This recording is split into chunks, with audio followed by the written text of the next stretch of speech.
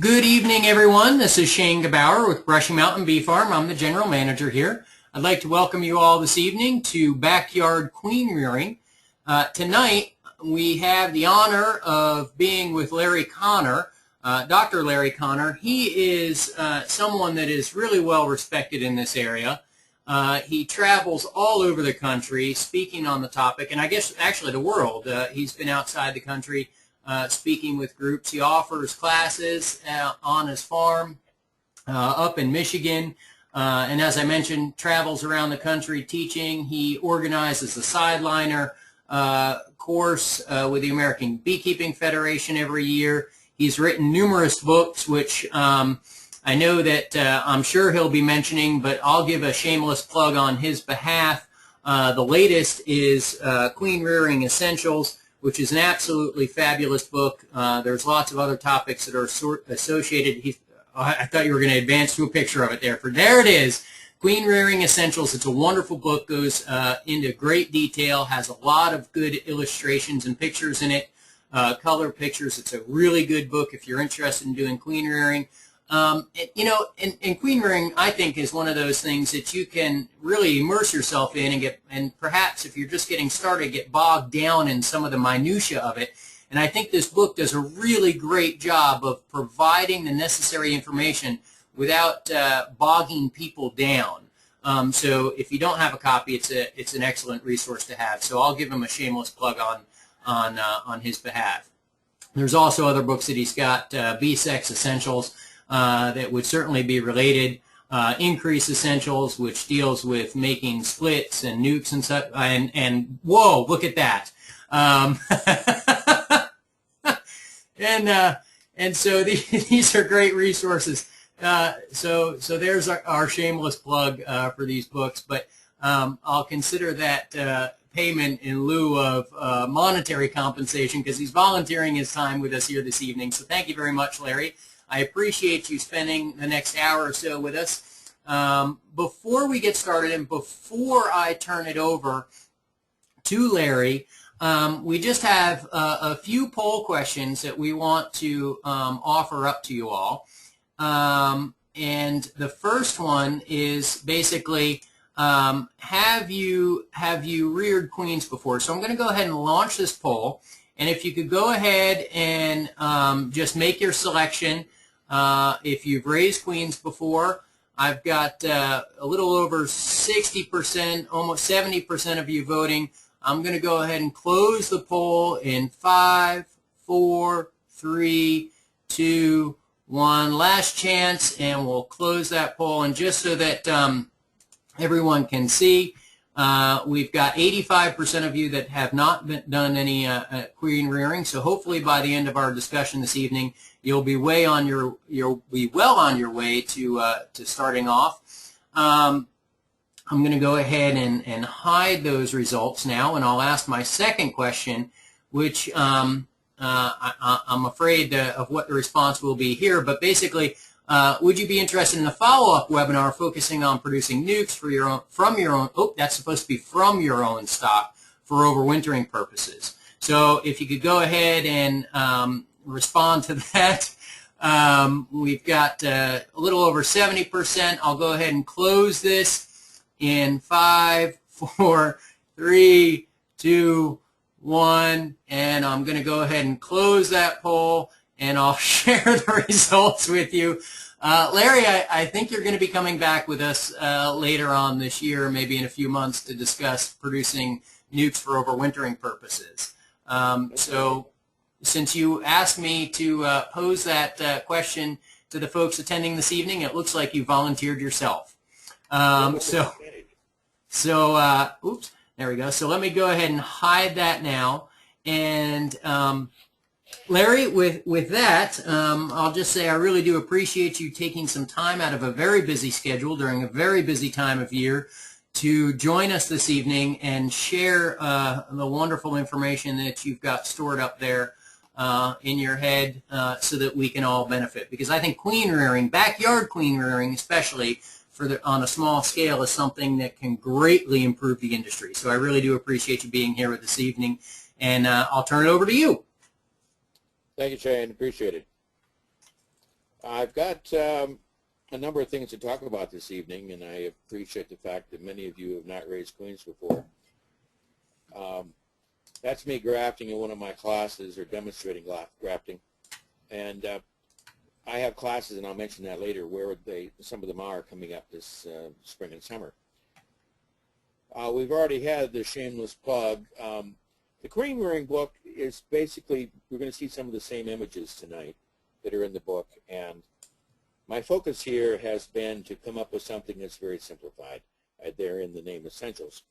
I haven't put in 1,050 different versions of raising queens. I just have one, and we'll get into that. The bee-sex book, of course, as it implies, talks about queen and drone production and reproduction, their mating, and also a little bit on bee breeding. So far, the best-selling has been this Increase Essentials, because it deals with making nucs, summer nucs, and everybody wants to get free bees, or at least bees from their own operation. This book by G.M. Doolittle was a reprint. Doolittle was an upstate New York beekeeper, not of the last century, but the century before that, and into the last century. And he wrote this book in 1889, Scientific Queen Rearing. And that's the basis for the entire queen rearing process that we're going to talk about tonight. He did not, however, have plastic cell cups. And I've got a copy of this book up by Laidlaw and Page, Harry Laidlaw, who is no longer with us. He wrote this last edition in his late 80s, and Dr. Rob Page of University of California in Davis, and now in Arizona as a dean there.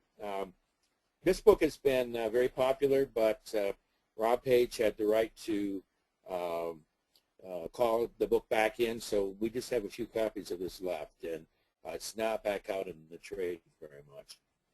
So just to comment here about where to get a hold of me and how some of these things are done, you can go to my website, www.wicwas. That's W-I-C-W-A-S. A lot of people want to put a K in there. There is no K in Wicwas. Or send an email to me at my email address. Larry? So let's talk about queens and drones and getting things set up for the...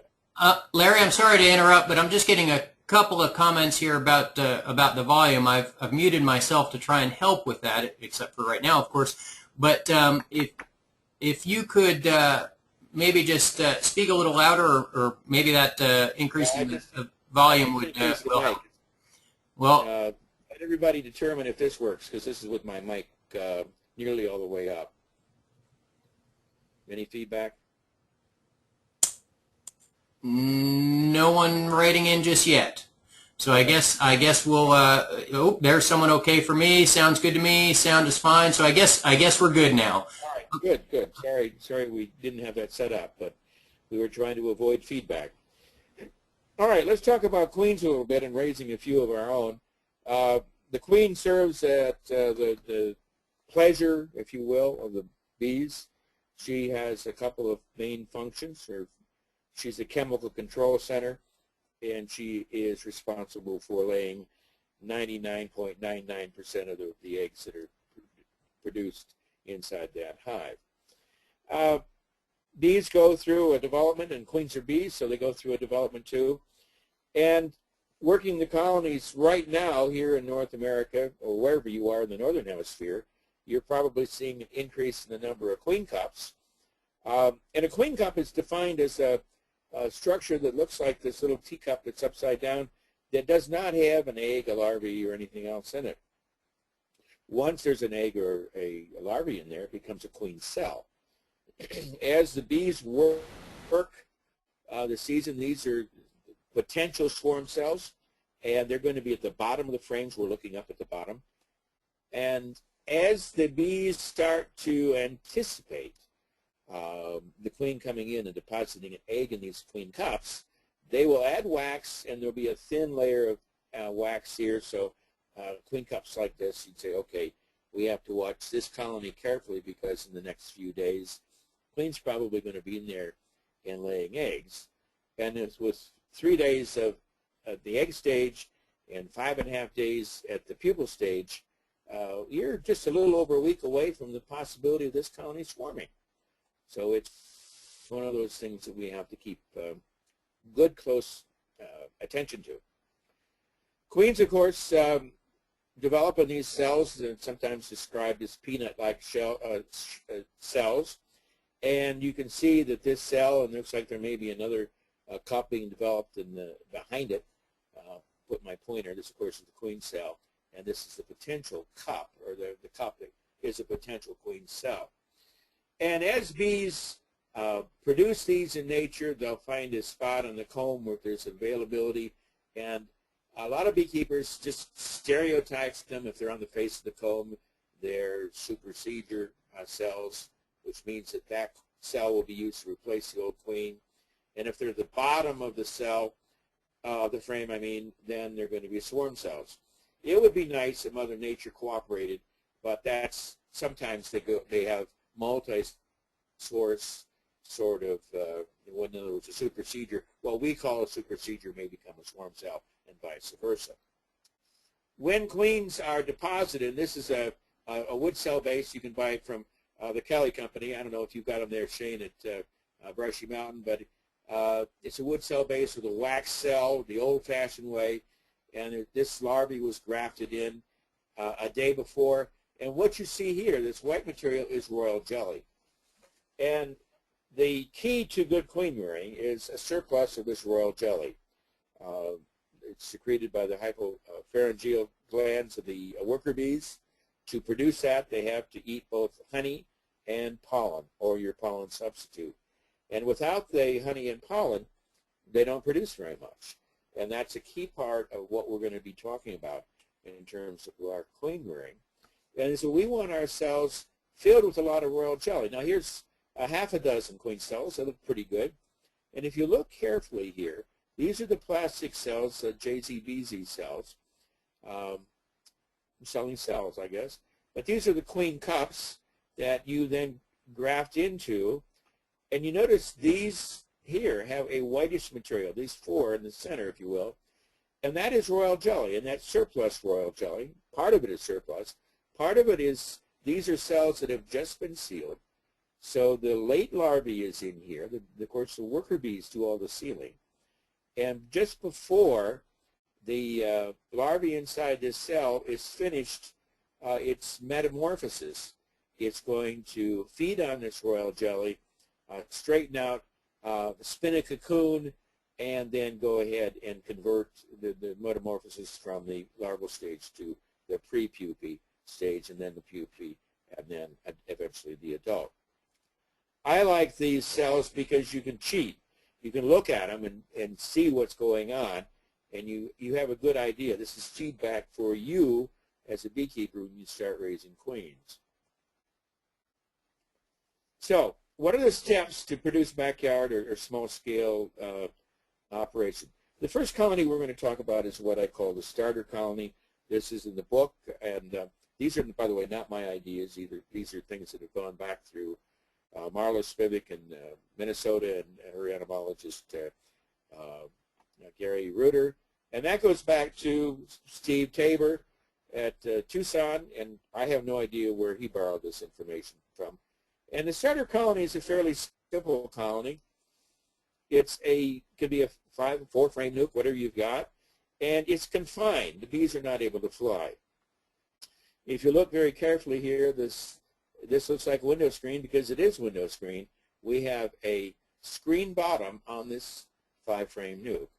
And while this has a potential feed spot, we're not feeding because we're going to give the bees the feed they need on frames of comb. So the basic work of setting up a starter is going into a good strong colony and finding the queen. Well, of course, some people have nightmares over that, and you can put the queen excluders on so you can narrow down where the queen is in which box, and by looking for eggs and larvae after 4 days, 5 days, and you can tell where the queen is and is not.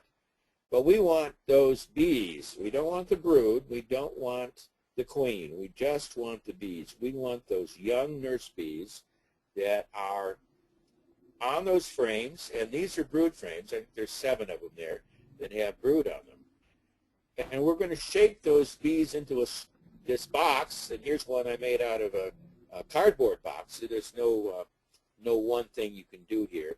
Here's one of those 5-frame cardboard nuke shipping boxes. And you can see I just cut a hole there and put some window screen on for ventilation. Now, the secret to this is that before we shape the bees in here, we put in a couple of small sponges, clean sponges, or a wet towel, and they're soaked in water so that they're just dripping with water. So this is important for the starter, to have a good clean water source inside the box, because again, they're not going to fly. We've also added a frame of, or maybe 2 frames with honey and pollen on them, or 1 of each. And sometimes we take the honey frame and we scratch it with our hive tool so it encourages the bees to engorge on that honey.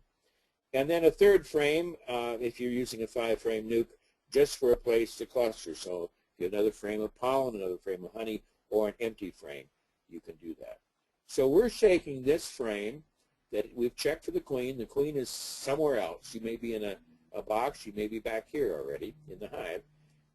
And we're going to try to shake all the bees we can out of 1 colony, no more, just 1 colony into a box. And the older bees are going to fly back, and you say, have a nice flight.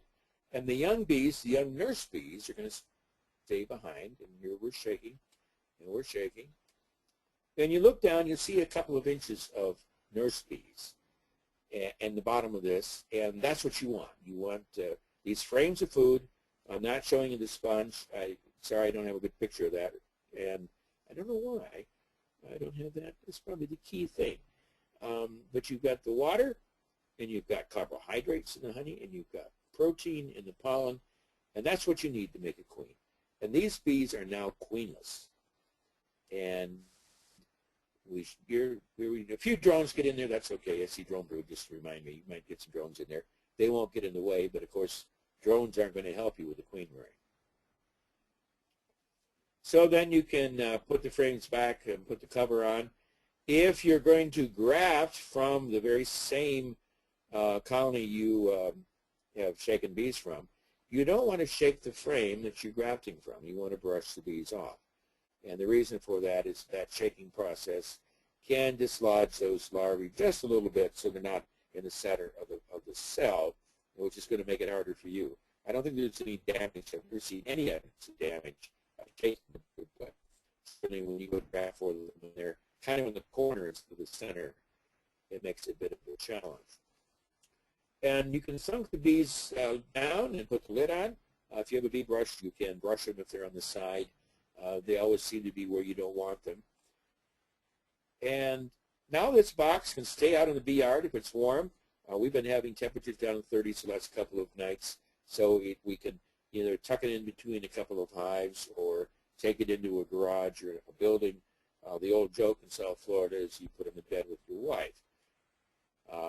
I don't think most people's relationships survive that. So here we are. Bees are inside. This beekeeper, Raleigh Hannon in Connecticut, he sets them in in a building. This is just like a mudroom in a house. And because we have screen on the bottom, we have put set the bees on something. So there's ventilation, but there's no flight. And you've got a closed system. And that system is using the emergency response that the bees have. They're queenless and they're broodless, so they're going to take very good care of the larvae that we're going to put in here in the next stage. So here we are putting the larvae in that we're going to graft, and we'll go through that here in just a minute in fairly great detail. And as I said, the easy way to put the graft in is to simply lift the box off the ground a couple of inches and drop it, and the bees fall off the comb. And they're not in the air, they're not in your face, and you can put the graft in and very gently ease it down into that mass of bees so that you don't crush any bees.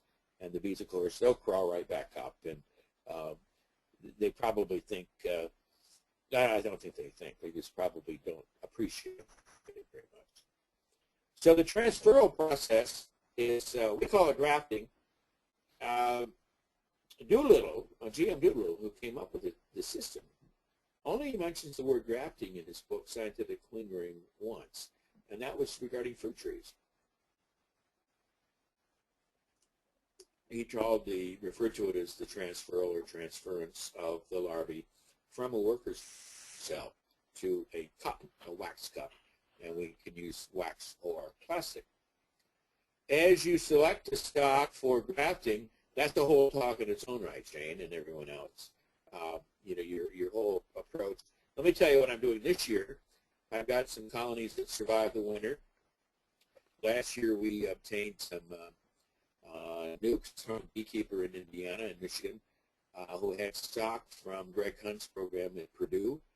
These bees have some resistance to varroa mites, but they're not, so-called hygienic. They probably have several traits present. And because they were queens that were 50% Purdue and 50% whatever drones this beekeeper had, we had a lot of variation in the outcome of those nucs. Some didn't do very well and are no longer with us, and some are just booming. Now, that's not what we see here. But I'm using those colonies as grafting stock this spring. We started on April 1st, April Fool's Day, with the first graft.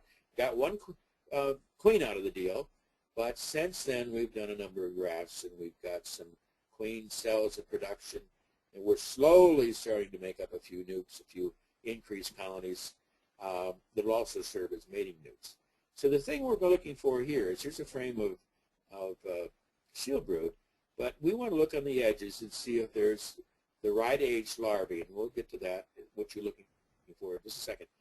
And some people will confine the queen so she's not able to, she has to lay on just one frame for a specific time period and then come back when those larvae are ready for grafting. I don't think we need to worry about that too much, but it does help if we have a pretty good idea when the queen is on there. So we're looking for larvae that are, and you see you've got that normal gradient. You've got some pollen up here, there's probably pollen over here and some honey, and maybe a few eggs. There's an egg, and there's an egg, and then you've got some small larvae, and you see the larvae get larger. So you're going to be looking in this area right here for the larvae that you want to select out of those cells. Now, some of you are already screaming, say, I can't do that. And my response is, well, get a kid to do it for you. Find some 16-year-old football player or soccer player or somebody who knows how to throw and catch a ball and hire them to do your grafting. And I think it's a great system to get younger people involved. Now, here's a close-up of what we're looking at, and you can see, if you look closely here, look at this larvae. It looks like an egg that just laid down, and by golly, that's about what it is. There's no feeding here. And while the calendar would say this is the optimum individual for you to select, you're better off in finding a larvae that's just a little bit older that's been fed royal jelly. And you can see the royal jelly that starts to puddle up here. And, these are, I think everything here that's not an egg is graftable, but you'll find that grafting something that's still that dry is going to be a challenge. Plus, some of those who are visually impaired won't see it anyway, so you'll skip it. The old-timers, and including myself, use the phrase milk brood, where you can go into a frame and you see all the brood that's here. That's glistening. It looks like somebody spilled a little milk in it. That's all the royal jelly, and it's characteristically surrounded by pollen, where the bees have been eating the pollen as they move into this area, and now you've got some material that's probably the right age for grafting. So again, we can go in here and pick some out. Now, is there anything in here that's too large? Well, maybe this one right here, and maybe this one here, just a little bit too large. But you know what? If you don't go any bigger than that, I'm not going to worry about it because they'll still turn into queens that could be very productive. In the grafting process, you can do what's called a wet graft and prime the cells with royal jelly, either pure royal jelly that you've collected from swarm cells, and it's fresh, and you've taken the larvae out, and you can mix that up, or you can dry graft and not mess with this at all. I've done both, and I seem to have fairly good luck with both. But I think this is my 34th year raising queens, so I have a little more experience than 85% of you have. So you do have to learn these things. Now this is back at Raleigh's operation in Connecticut. He has this very fancy system for priming the cells. He takes half of the royal jelly out, and he mixes about an equal amount of water, tap water, room temperature, and he mixes it up with this fancy device. It's actually a galvanized nail, and he puts a drop of royal jelly at the bottom of each of these plastic cups. Yeah, you can use any grafting system you want. I like and do use the JCBC cell cups. They're affordable, they're predictable, and the hinge here, if you will, this platform, that will push into a frame of brood when you go to introduce it. So, everything's there that I need for a very simple system of queen ring. So here's a little puddle of royal jelly. In my book on queen ring essentials, the last chapter is a visit with Dave Mixon down in Groveland, Florida. And Dave uses pure royal jelly, and he uses an eyedropper, and he literally fills the entire bottom with the pure organic royal jelly. He spends a lot of money to get it in, but it is, in his opinion, worth the effort. So here you have that galvanized nail putting the drop in, and putting the royal jelly in. See the little drop there that's on this. And the different colors of cell cups can represent different breeder queens, whatever you have in your operation. You could have up to, I think the JCBC has 6 different colors, so you could have 6 different breeder queens, and just leave the cell cups in there, and you know what breeder queen they're from. You don't have to keep a lot of records. Now we get a grafting tool, and I'll show you a couple of these. This is a stainless steel grafting tool that Raleigh has, and you can see that there's a larvae on there, and she's C-shaped. And we've come in from the side here, so the closed end of that C, so you can get that. Well, you see this fluid here that's on there?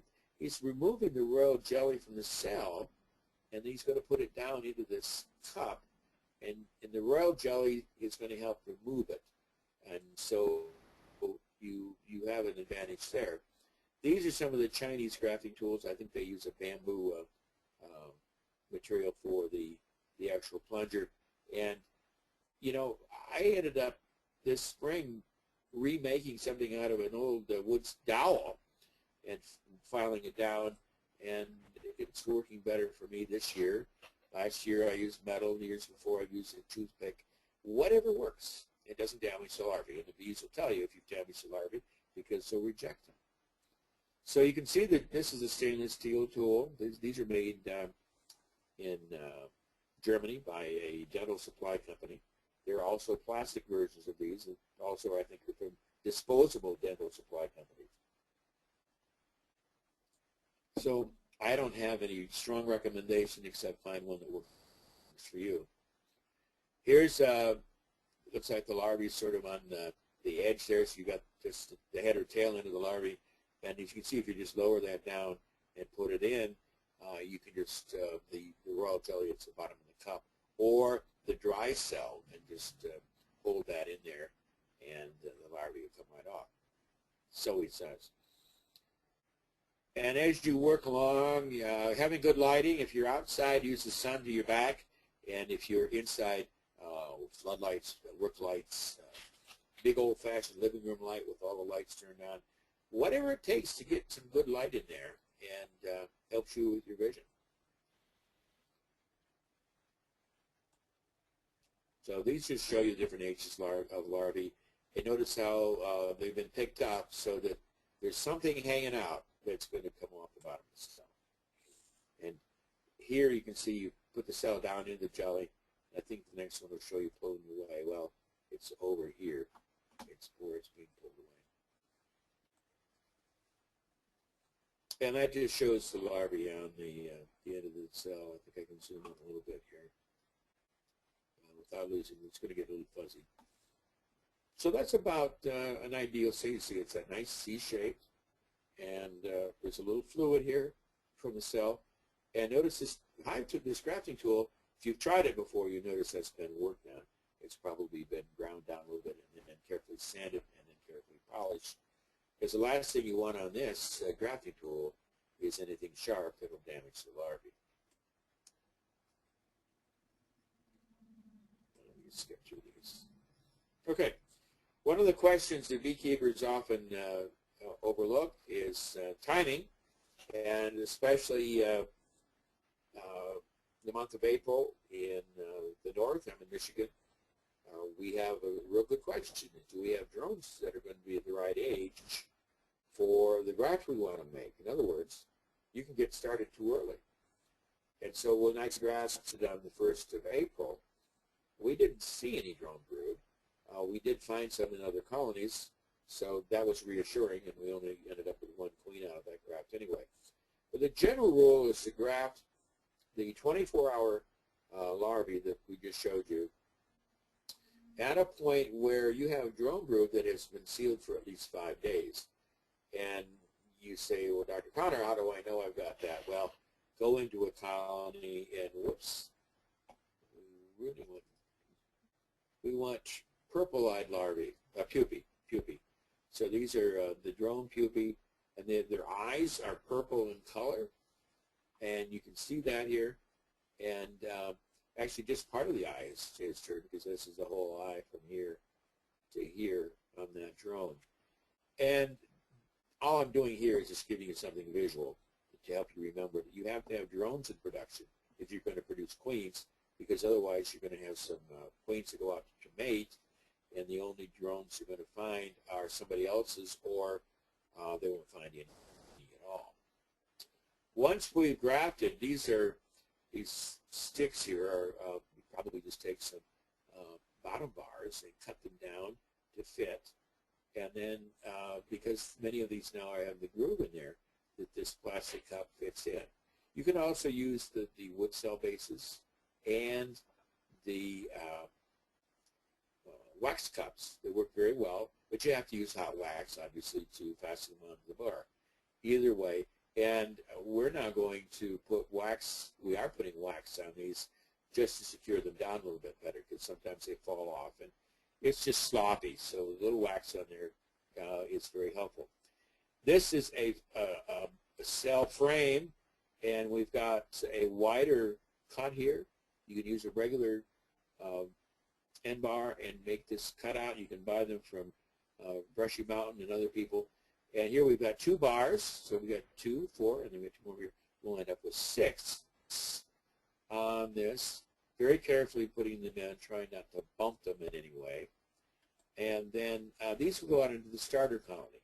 Here's another system. You find, 1,001 variations on this, and you can use any of them here.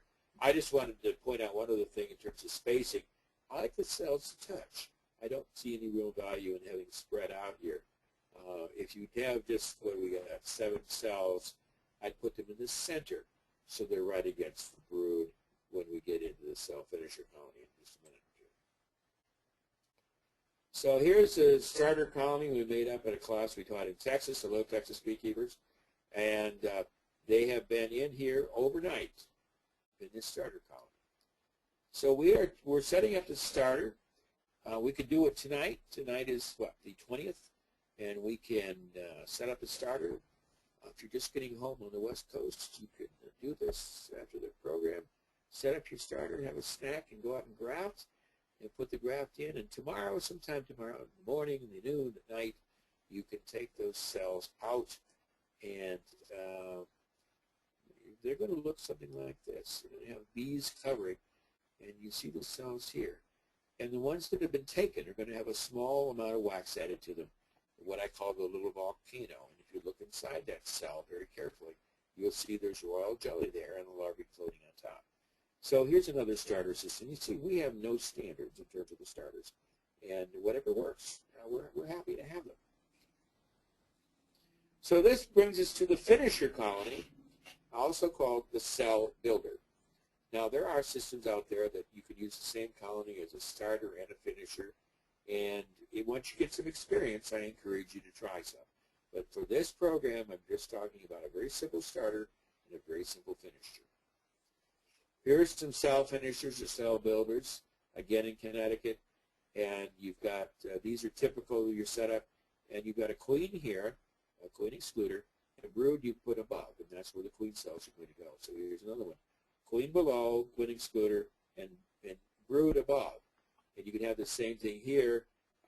This may be the queen excluder right there. I'm not sure. This one has one. Looks like an excluder there. And there may be a box of supers. Whatever is being done in that apiary. You can never second guess a beekeeper. Looking down into a cell finisher, we see the queen excluder.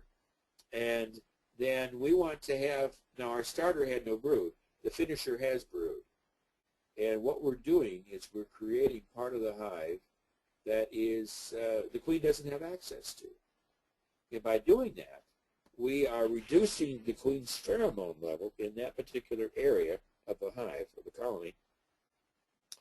And those bees are going to respond to those started queen cells as if nothing ever happened. Oh, well, we're making queen cells, okay? Great, let's feed them. And so the bees that are going to say, let's feed them, are going to be nurse bees.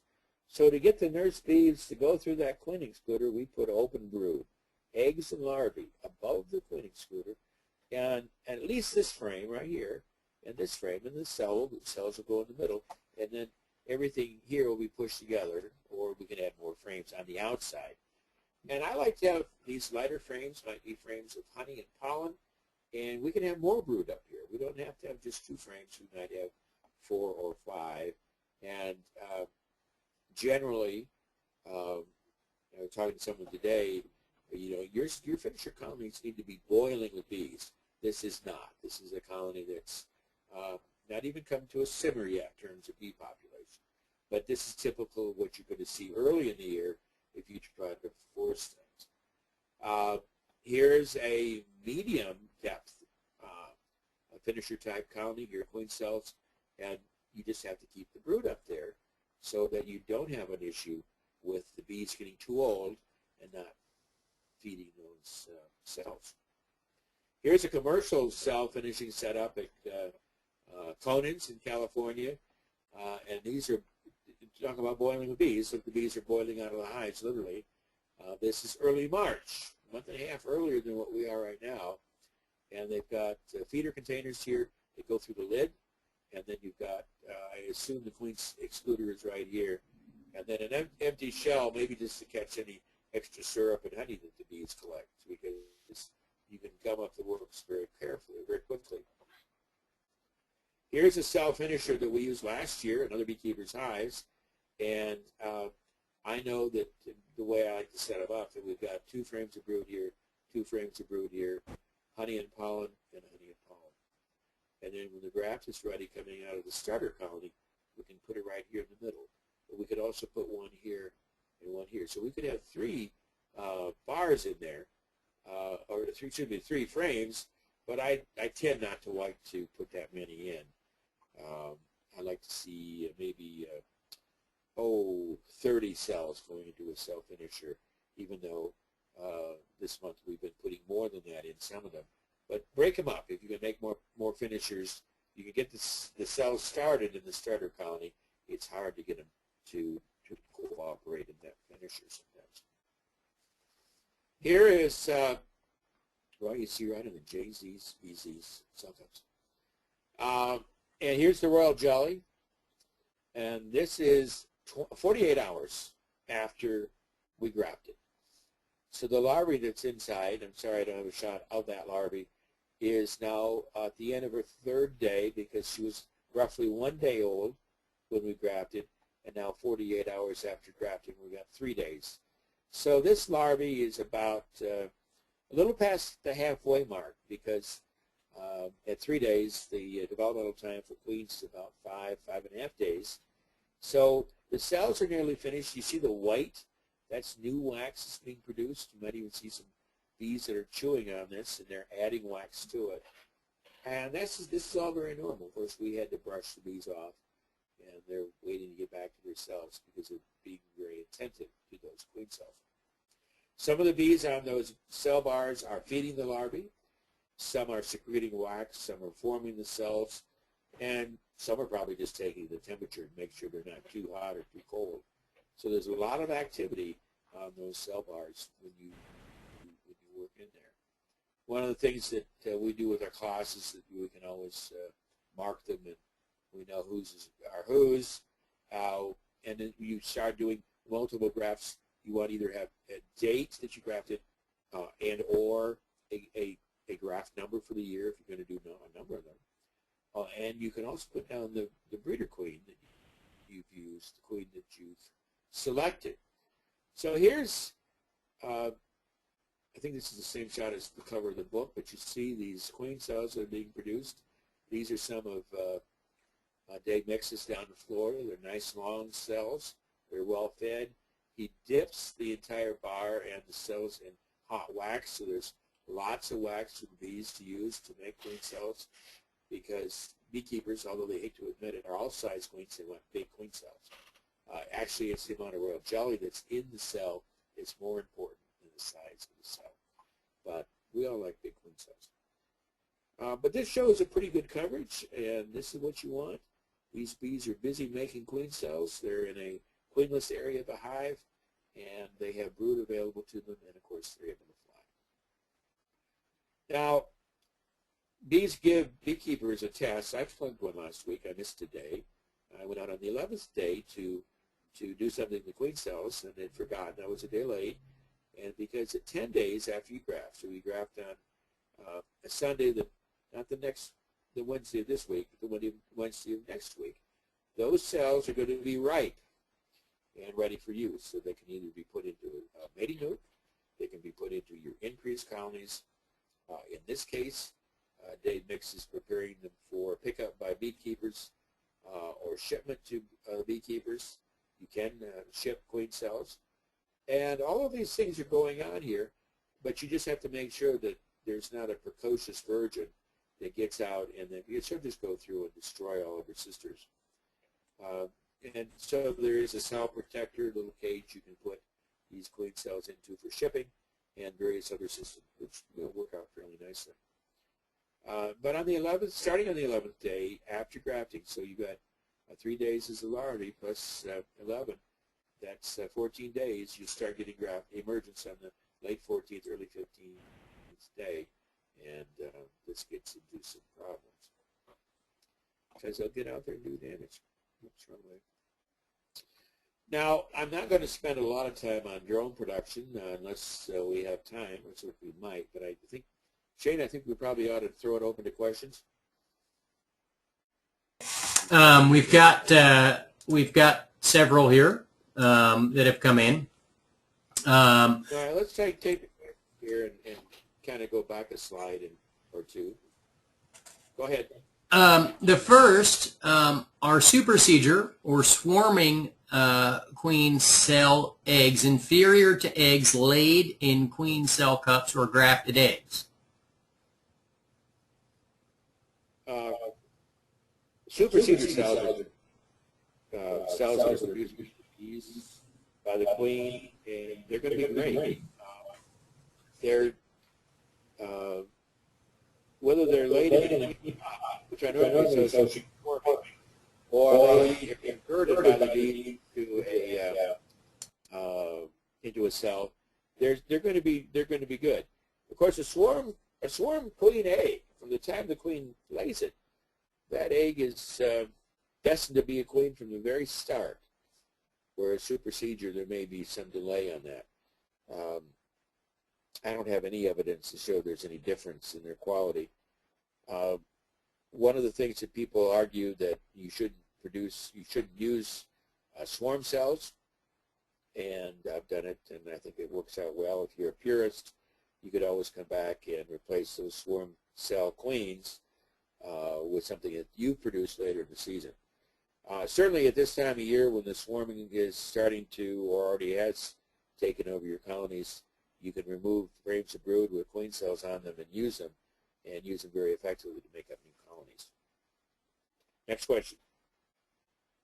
This is a good one, I think. It opens up a whole discussion on sort of genetic diversity and strains of bees. And the question specifically is, if you raise queens in a small operation, say 15 to 20 hives, would you expect to lose the strain of bees you're working with as the queens mate with drones outside the apiary? Absolutely. With small numbers of colonies, I'd say under 50, unless you're in an isolated valley in Timbuktu. There are people that try to use the valleys of Vermont and island systems in the Caribbean. I go for that one. And to try to have saturation of their drones, not somebody else's. I think in a good part of North America, really, and we'll include Mexico, Canada in that we really do have an issue with finding areas where we have good isolation. So a small beekeeper with 15 colonies has got to work very hard to produce enough drones, and then they have to be located in the perimeter of the mating area. They need to be, say, a quarter to a half a mile away, because bees tend not to want to mate with their own brothers and sisters. So Larry, you're mentioning drones, and we've talked a lot about rearing the queens, the starters, the finishers, etc. What would you say would be a good number of colonies that are producing drones to, I guess essentially, how many drones to mate with a queen? I mean, obviously we know they mate with, around 14 or so drones, but how many do you need in the environment to sort of ensure that quality mating? And I want to follow up with this question by asking, is losing that sort of pure strain a bad thing? I think, and I guess I might just start answering my own question here by saying that a lot of times I get questions about, is it an Italian, is it a Carniolan? And I think we get caught up in trying to have a pure strain rather than having a good quality strain. And for me, you can get a great mutt. Buddy, I'm going to cut you off. First of all, color of bees. You can select color. You could take a queen and turn her Italian by selecting only her yellow daughters. You could select just the dark daughters for Carniolan or Caucasian. Our bee industry, the commercial beekeepers want a yellow bee that produces a lot of brood. And so, but unfortunately they don't tend to be resistant to varroa mites, and they have other problems. They brood up a lot. By the way, we're looking at a frame of drone brood, so we'll get to that in just a second. So color is not as much a factor in some of the selection that's been done with Minnesota and VHS and other stocks have been more or less color blind. The problem is, and I understand why. It's much easier to find a yellow queen on a comb than a black one, or a dark one, or a banded one, because they blend in better. They've got better camouflage. So your choice is then, well, do I get a yellow stock, or do I mark every queen? Which is my answer. You mark the queens. So the color thing is an issue. Now, Shane, you mentioned the diversity issue. That if you have a pure strain, and I want to know where you're getting this pure strain from. My world, a pure strain would be an instrumentally inseminated queen from someone like Tom Glenn or Joe Latshaw or Sue Colby, who do this for a living.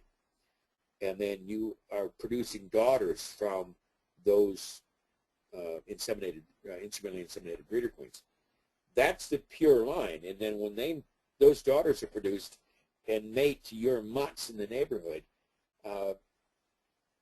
you've got a colony that's going to be 50% of whatever the grafting mother was, and 50% of the drones from the neighborhood. And if the queen mates with 20 drones, roughly 1/20th of the bees are going to be from each drone. So that's where the diversity comes in. I know you've had Dave Tarpey on here talking about some of these things, and I mentioned Dave Tarpey in the book on bee sex essentials. It's a really interesting subject. I think that what we need to do, and I've written about this in both the American Bee Journal and Bee Culture in the last couple of years, we need to look at an area-wide breeding program where Podunk County beekeepers all get together, and if you've got more than 4 or 5 colonies, you're going to cooperate, and then the people that have less than that can get a free queen every year or every 2 years that produces the right kinds of drones. The other thing you can do, and that's what this frame is here, is drone saturation. You can start producing good drones, what I call target drones, because their target is the queen, or maybe the other way around, the drone's the target. And we can produce them just from those colonies that we really like, whether they're from a breeder queen like the ones we just mentioned from Sue Colby and Tom Glenn and Joe Lapshaw, or we've gone out and we've selected queens that we really like. The key here is not to let the other colonies produce drones, and there are several ways of doing that in drone management by harvesting those drones and with freezing them or cutting them out with this plastic comb. You can just use a putty knife and scrape them out. It's a horrible mess, but some people's chickens like it a lot. My neighbor's chickens don't like these things very well. But you can take care of it, and just select the drones that you want from your particular area. They might have some characteristics for wintering. They might have some other characteristics that adapt them well to your region. Certainly if they have any mite resistance, I'm interested in hearing about it. In the Bee Sex Essentials and a little bit in the other things that I write, I do talk about what's called a drone holding colony. And drone holding colonies are colonies where you basically take frames like these. These are the green frames from Peerco. A lot of people sell these drone combs, just larger cells on the imprint, and you let the bees draw these out. And you can have 1, 2, or 3 of these frames in a colony, starting now and going into the summer and even into the fall in some areas, and stimulate drone production of those colonies you want. Now, if you've got 15 colonies, you can produce a lot of drones here. The drone holding colony gives you one advantage.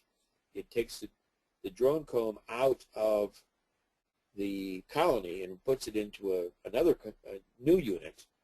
And for every drone frame you move, you have to move a frame of worker brood and the bees on it, both with the bees on. And then take a virgin queen and put her in the cage and keep her there and then feed these colonies. But the advantage is that you've now removed any varroa mites that are in the colonies producing these. So they can produce more drones, and the varroa mite population isn't going to skyrocket.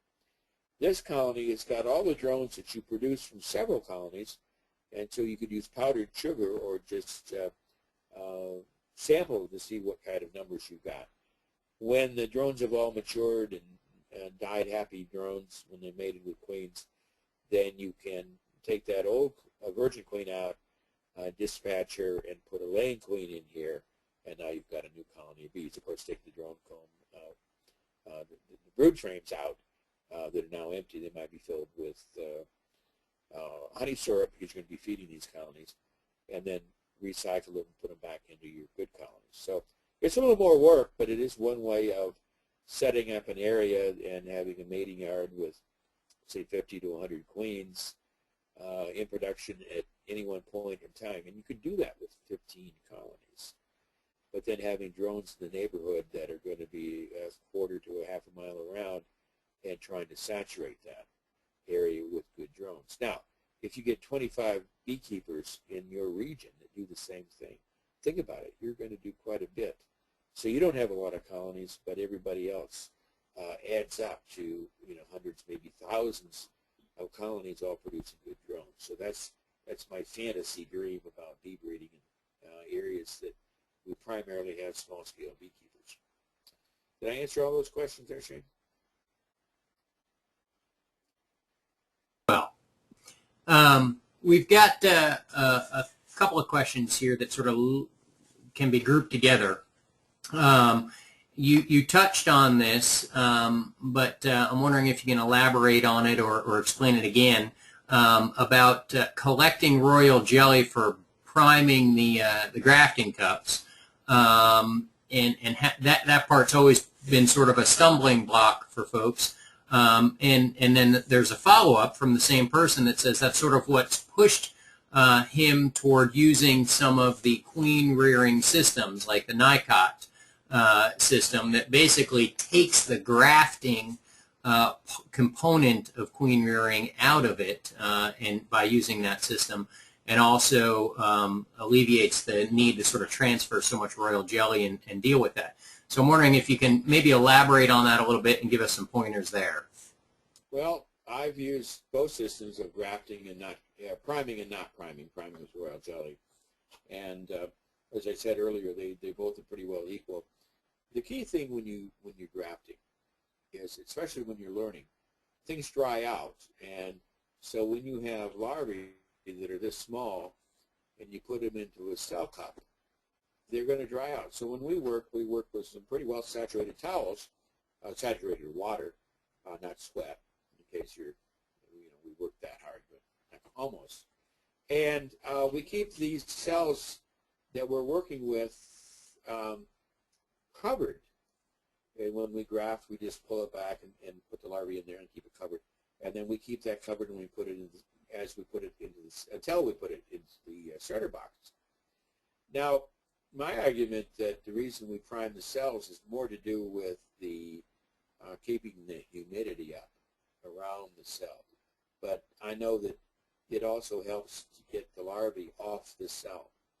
So my response is that if you can't find a source of royal jelly, you dry graft. That's not to say these other systems, and I know there are a number out there, don't work. I'll be very honest, I've never used one. So, and I'm not really interested to, because I've watched people use them, and I said, well, I can do that a whole lot faster by using a grafting system. So, and I tried to figure out how many people I've taught the last couple of years, 200 to 300 beekeepers queen rearing. So I know we can do that, and I know where we've had trouble with the class and the take. It's almost always because things get dried out, and of course, when you've got 20 people taking a class, somebody's slow. The larvae may be out of the colony for an hour or two, and that's probably why the take goes down. These 6 bars that we're showing here in this system were probably, the entire graft took less than 20 minutes. But this is a beekeeper that's raised a lot of queens over the years. I'm going to do another shameless plug. Queen rearing classes I'm teaching, I'm doing one in Connecticut in June. I've got another one in June in Lansing, Michigan. And just today agreed to do 4 in Alberta, Canada, 2 in Edmonton and 2 in Calgary. And you need to talk to Medhat Nasser, the apiarist up there, the provincial apiarist. And then I'm ending the season with 2 classes at the farm, one in June that will be a more advanced class.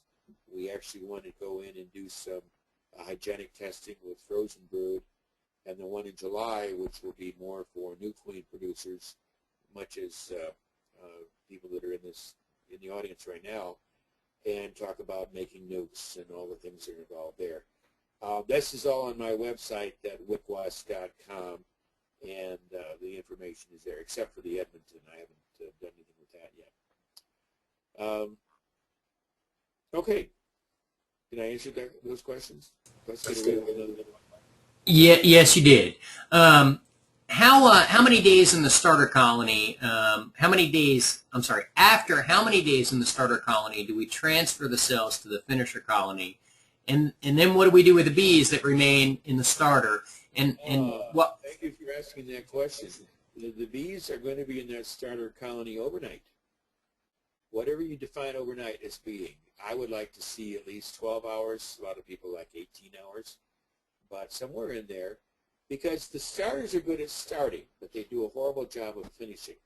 So if you graft 100, or and you get 80% of them accepted, which is probably a good average. If you leave those cells in there, the numbers will go down every day, and you may end up with only 5 or 10%.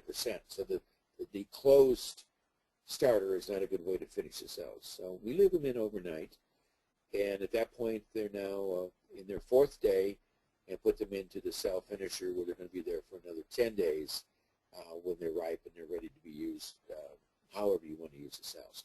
By the way, you can emerge queen cells in cages and then use the virgin queens. I'm surprised people don't use more virgin queens. I think they're a wonderful thing because you can look at the queen. You can select for color, that's for sure. You can select for her size. You can mark her. I don't want you to clip her wing because she still has to fly, but you can mark her so that you know that that's the queen that went out from that particular colony. I think that's it. Okay. There's a follow. You mentioned the size of the queen. There's a question here. As a rule, does a fatter queen mean a better queen? Can you gauge sort of her quality by looking at her? And I guess I'll just, before you answer that, I'll let you answer. But there's also a really great webinar that we did with Dave Tarpey where he talks about queen quality and touches on sort of the size and the quality of a queen based on some work that he's done. But Larry, what do you think? Is there some validity to a bigger queen is a better queen? Yeah, I think it helps to have a bigger queen. And I just pulled up this image of, this is out of Dade's anatomy book. You got to remember, a queen has got all these, it's got 2 ovaries filled with about 370 ovarioles at an optimal rate.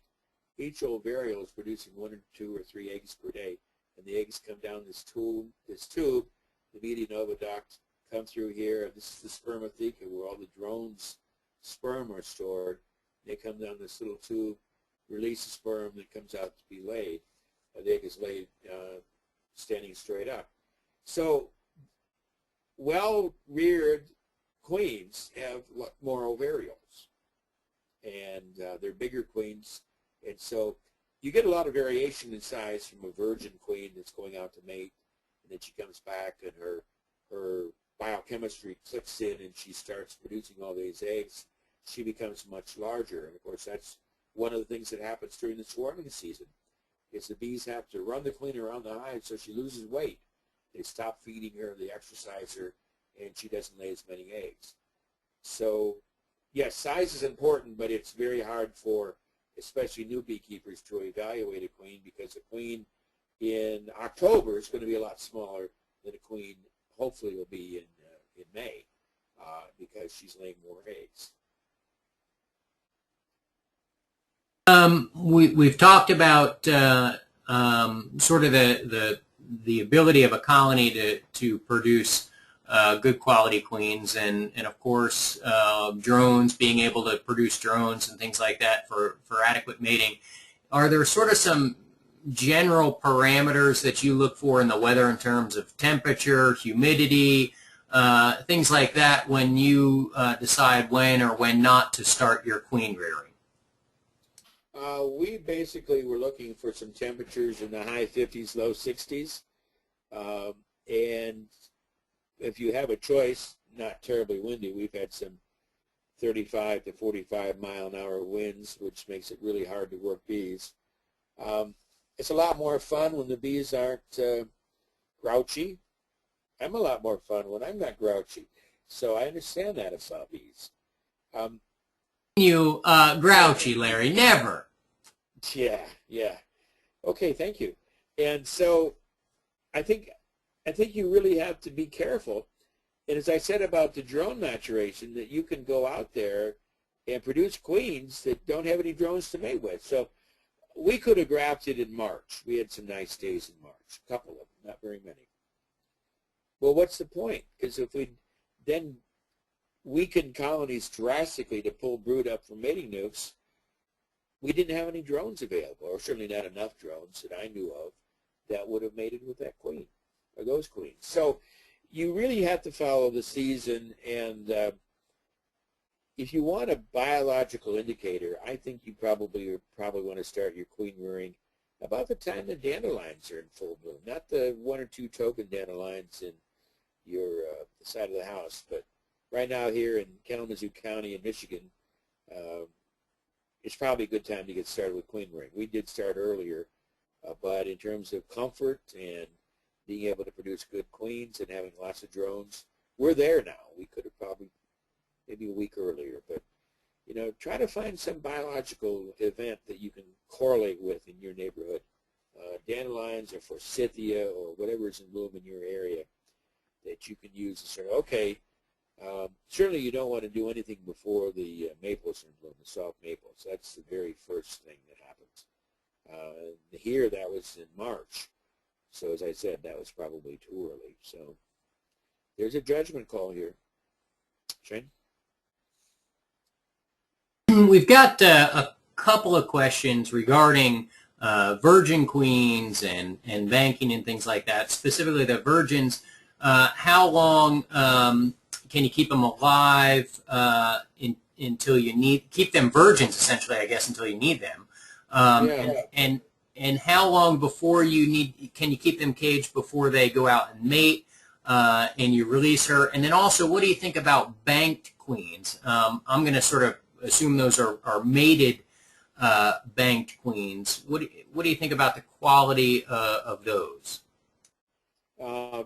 Here's a queen that's laying normally, and this is from Anita Collins, used to be at USDA, now retired.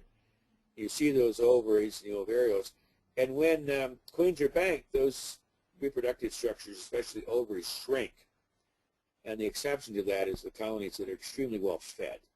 So if you get a queen from a banked colony, you need to make sure she's fed well. Well, where's the best place to feed up a queen? In a cage inside a hive. And leave her cage in there for, 4 to 7 days, and then let her get out. Don't let her get out right away. The same is true with virgin queens. You don't keep them confined as long. A lot of people think that, oh, she's a virgin. She just, the bees don't think she's a queen. Well, if you've ever had anybody who was a real princess in your life, you understand the fact that in their mind, they're queens. And in these bees' minds, they are queens.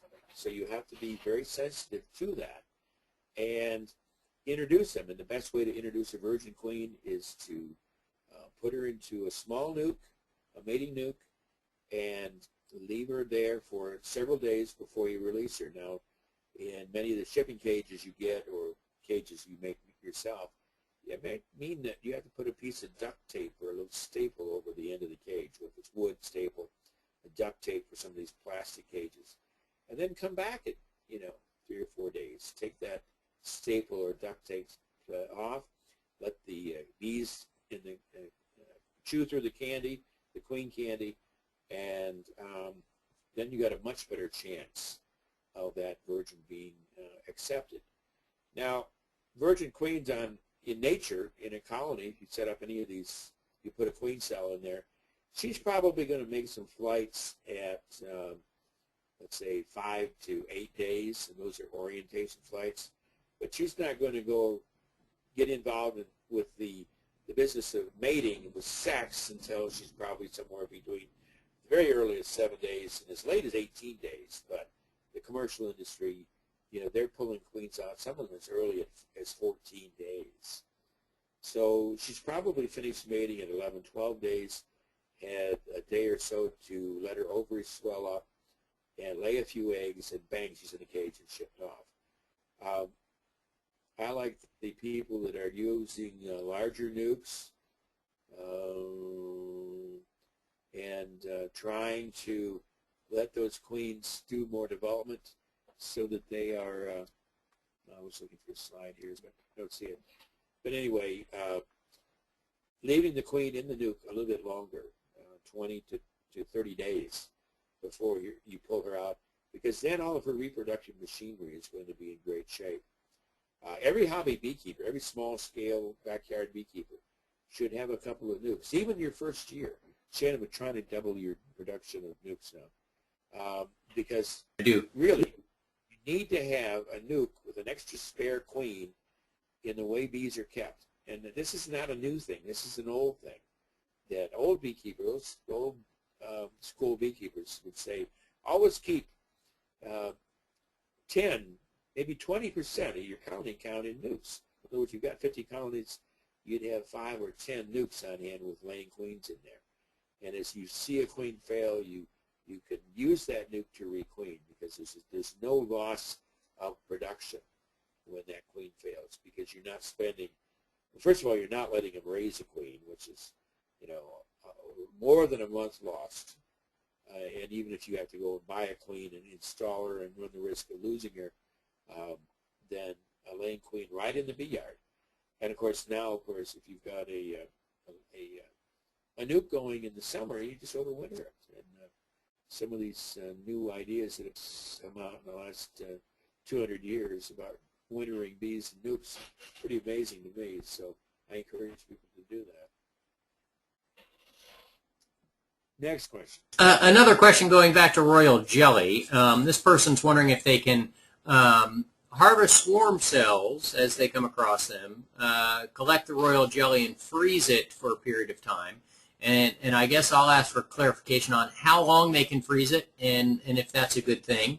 And then also to sort of along the same lines of swarm cells, you touched on this a little bit, but there was a question about if you use swarm cells to rear queens, are you in fact selecting for that swarming behavior and thus getting swarmier and swarmier queens as you go along? Let me take the last question first. The answer is yes, but I'd like to show me some colonies that never ever swarm.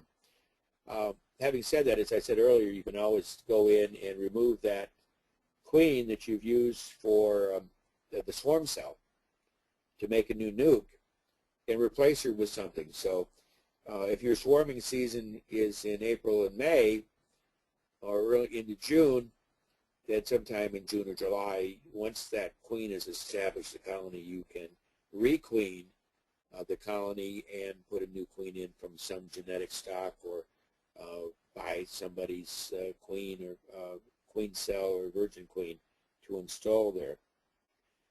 Maybe at that point you'll be proficient enough in your own queen rearing that you'll use one of your own queens. What was the other question? Collecting and freezing the royal jelly, and then also the just if you're selecting for a swarmy queen. I keep forgetting that most people don't know that you can buy frozen royal jelly.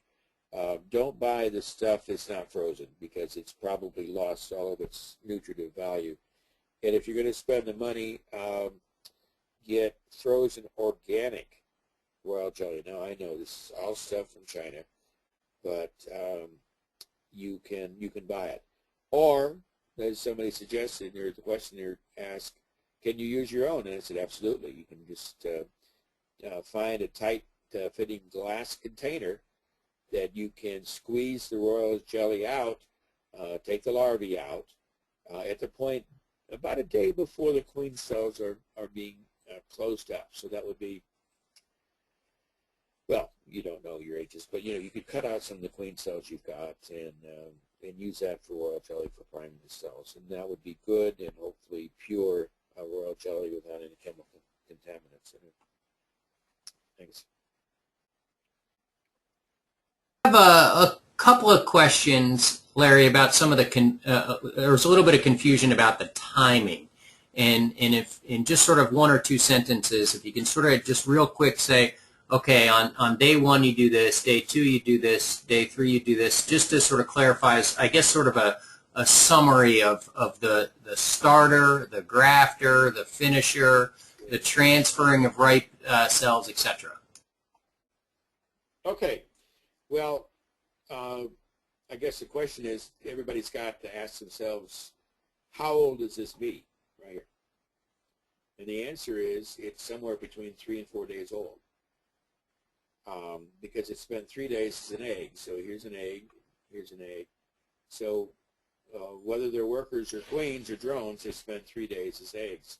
And when the egg hatches, and actually just the coring on the shell on the egg softens, then you've got your 3-day plus. So this is what you're going to put into the cell cups. Let me go back. Find the cell cups. This is what you're going to graft or transfer. And by the way, there are other systems. So you're going to put these in these cups here and go into the starter. So this is in the 3rd day.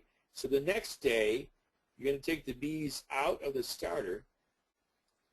So here we are. We grafted last night. So 10 o'clock in the morning, you run home from work on a coffee break, put on your suit, your latex gloves, come out to move the graft. So the larvae now in those cells are in their, they've gone 3 days as eggs, and now you've got 1 day as larvae, so they're in the 2nd day in the larval stage. And they're going into your finisher colony, these colonies right here. So they're going to stay there for 10 days. So we're at 14 days, 4 plus 10. And the bees that are in that starter, by the way, I forgot to tell you, they just go back to the hive they come from. Repeat that. The bees that are in the starter go back to the colony they were shaken from. The bees in this finisher colony, that is all one colony. That's all one unit. And you're just going to constantly rotate brood up there. And I get into that in the queen rearing essentials book. But the cells that you've got are going to be, they're going to go, total development for the queen is 5.5 days. So here we're probably at 4.5 days in the development of these cells. They're about to be sealed. And then another 6 days, 9 days. I'm confusing myself now. Total development time for queens is 15 to 16 days. So 10 days in that starter. On the 10th day, they've either got to be used or caged, because on the 11th day, these cells are going to start to emerge, and the virgin queens will come out and kill the rest of the cells. That's why you have to learn to count. So these cells right here are, while they're probably still young, they can be caged, and there are cages out there that you can put them into. Did that answer the question? One last question for you, Larry, because we've been here over an hour now, and I know it's a busy time, and I value your time. But how there's a question about a cloak board, and how best to use that. How is a cloak board incorporated into queen rearing, I guess? Well, in many ways, the cloak board does what I've just explained, except it uses one colony to do both operations. And having never used one, again, I like my system, and I know I can teach it. So you asked me to talk about the cloak board, talk to someone like Sue Colby. But basically, as I understand it, you create that starter-like condition above the colony. They're confined. You put your graft in there, so they've got the emergency response and so forth, and you pull out a drawer, and there's underneath that drawer is a queen excluder, and now the bees from below can come up and mingle, so the bees in the top unit can mix. My friend John Kivas in France uses a cloak board and is, converted to that system. I'm not saying they're bad or there's anything wrong with them. They may be exactly where I should be going. I don't know. But like everything else in the beekeeping business, once you get something working, it's nice to keep it working.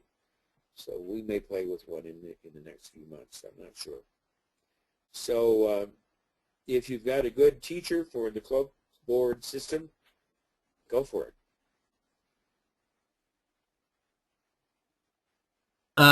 Well, we've now gone over an hour and 20 minutes. So I'd like to just thank you very much, Larry, again for taking some time and sharing this information with us. I think small-scale queen rearing, backyard queen rearing, whatever you'd like to call it. I guess it depends on who you are and what you're doing. I think is one area of the beekeeping industry that we can really make a tremendous impact on the overall success in beekeeping. Well, absolutely, absolutely. And what amazes me is that queen production in this country all evolved in the northern states, and because of the early season moved south probably 100 years ago. But all the really famous people that started this business in raising queens were northern beekeepers. Now, that's not to say there's anything wrong with raising queens in the south, but for someone like myself, if I were in North Carolina next to you, Shane, I'd probably be interested in raising North Carolina queens. I have friends in Texas and Tulsa, Oklahoma, and all kinds of places that are trying to do the same thing.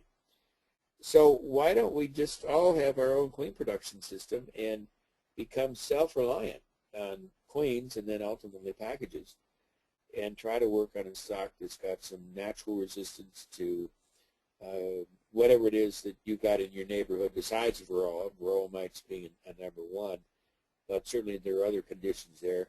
And, you know, if a colony dies over the winter here in Michigan, well, we know it's not going to be in the breeding program. So I guess that's good news, maybe the only good news about a dead colony.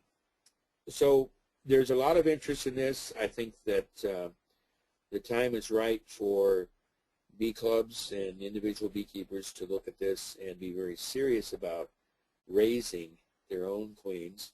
And a final comment, I teach a lot of these classes, and I figure, okay, I need to have beekeepers and have, 3-4 years experience raising bees, just general beekeeping.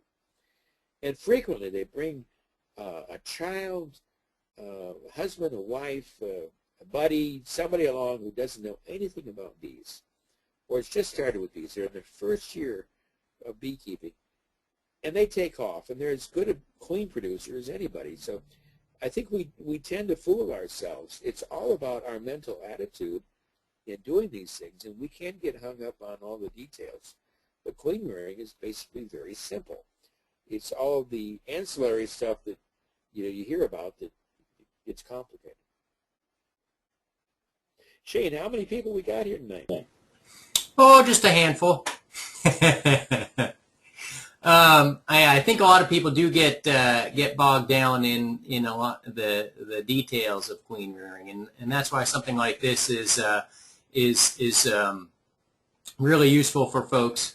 And again, Larry, I can't thank you enough. And you're on the hook now, just so you know, based on the poll at the beginning of this thing, you're on the hook for preparing nucs for overwintering later on in the season. And so you and I will get in touch on that and plan a date, and we'll let people know. We'll have to do this in July. That'd be a good time to do it. And we'll plan on that. Thank you very much. You all have a wonderful evening, and we'll see you next time. All right, and thank you all for being a good bunch of listeners.